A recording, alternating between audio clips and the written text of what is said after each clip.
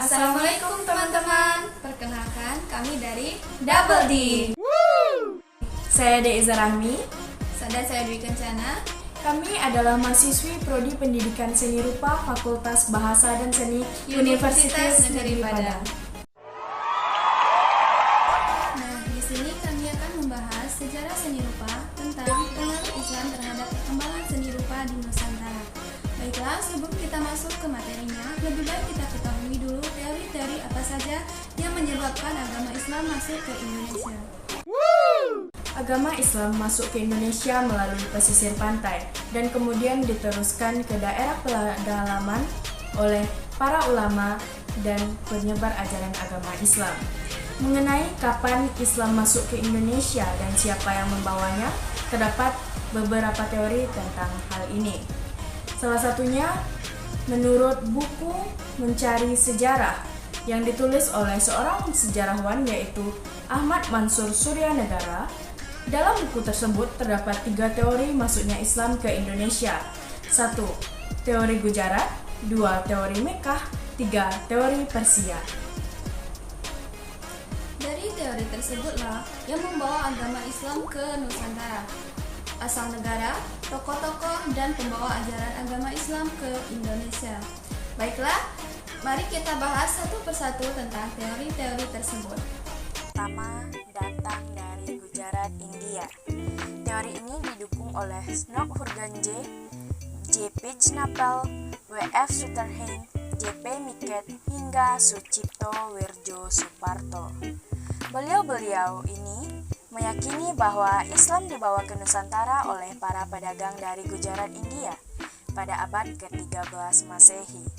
Kaum saudagar Gujarat datang melalui Selat Malaka dan menjalin kontak dengan orang-orang lokal di bagian barat Nusantara yang kemudian melahirkan Kesultanan Samudra Pasai.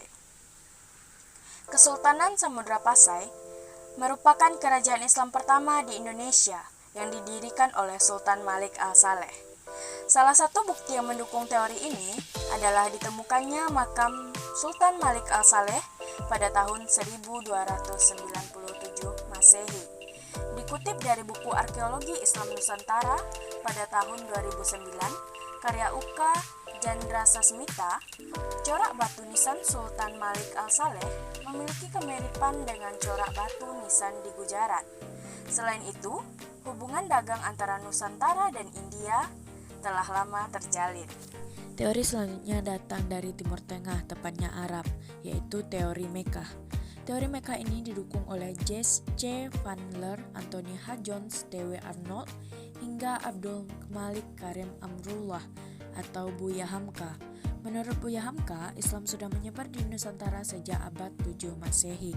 Bukti yang mendukung teori ini adalah ditemukannya naskah kuno dari Cina yang menyebutkan bahwa sekelompok bangsa Arab telah bermukim di kawasan pantai barat Sumatera pada tahun 625 Masehi.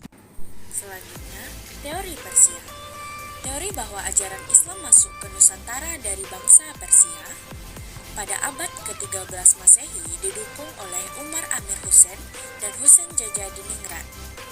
Abdurrahman Minso dalam Recaption Crowd Selection Modification Anthropology Hukum Islam di Indonesia pada tahun 2016 menuliskan, Jajadiningrat berpendapat bahwa tradisi dan kebudayaan Islam di Indonesia memiliki persamaan dengan Persia. Salah satu contohnya adalah seni kaligrafi yang terpahat pada batu-batu nisan yang bercorak Islam di Nusantara. Ada pula budaya tabot di Bengkulu dan tabuik di Sumatera Barat, yang serupa dengan ritual di Persia setiap tanggal 10 Muharram. Masuknya pengaruh Islam di Nusantara. Seni rupa Islam Indonesia tidak lepas dari masuknya agama Islam ke Indonesia sekitar abad ke-7 Masehi oleh pedagang dari India, Persia, dan Cina. Mereka menyebarkan ajaran Islam sekaligus memperkenalkan kebudayaannya masing-masing, maka timbullah akulturasi kebudayaan. Seni rupa Islam juga dikembangkan oleh para empu di istana-istana kerajaan Islam sebagai media pengabdian kepada para penguasa, raja atau sultan. Kemudian dalam kaitannya dengan penyebaran agama Islam, para wali pun berperan dalam mengembangkan seni di masyarakat pedesaan. Misalnya dakwah Islam disampaikan dengan media seni wayang yang berakar dari seni pra-Islam sebelumnya. Karya seni rupa Islam ditemukan di Nusantara sangatlah beragam dan paling banyak tentunya adalah seni arsitektur yang terdapat pada bangunan-bangunan masjid dan juga istana-istana kesultanan.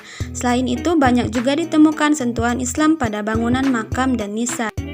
Sebagai contoh adalah nisan seorang perempuan bernama Fatimah binti Maimun yang pada nisannya tertulis tahun kematian yang cukup tua yaitu 475 Hijriah. Bukti pengaruh Islam terhadap seni rupa Nusantara. Yang pertama yaitu batu nisan. Kebudayaan Islam di Indonesia mula-mula masuk ke Indonesia dalam bentuk batu nisan. Di Pasai masih dijumpai batu nisan makam Sultan Malik Al-Saleh yang wafat pada tahun 1292. Batunya terdiri dari pualam putih diukir dengan tulisan Arab yang sangat indah, berisikan ayat Al-Quran dan keterangan tentang orang yang dimakamkan serta hari dan tahun wafatnya. Makam-makam yang serupa dijumpai juga di Jawa, seperti makam Maulana Malik Ibrahim di Gresik. Berikutnya yaitu arsitektur atau seni bangunan. Peninggalan sejarah Islam dalam bentuk fisik dapat kita lihat antara lain pada beberapa masjid dan istana berikut. Pertama, Masjid Agung Demak, Masjid Gunung Jati, Masjid Kudus, dan Masjid Raya Aceh. Di masjid-masjid itulah, menurut ajaran para wali mengajarkan agama Islam, selain bangunan masjid sebagai wujud akulturasi kebudayaan Islam. Selanjutnya, peninggalan sejarah Islam dapat kita lihat dari bangunan Istana Raja Bugis. Penerapan motif hias kepala pada masa pra-Islam diterapkan dengan mengambil bentuk asli kepala kerbau beserta tanduknya, tanpa adanya stilasi bentuk. Selanjutnya, kesenian wayang kulit. Kesenian wayang kulit ini pertama kali dilakukan oleh Sunan Kalijaga pada masa penyebaran Islam di Jawa, karena wayang menjadi media dakwah yang cukup menarik perhatian masyarakat Jawa.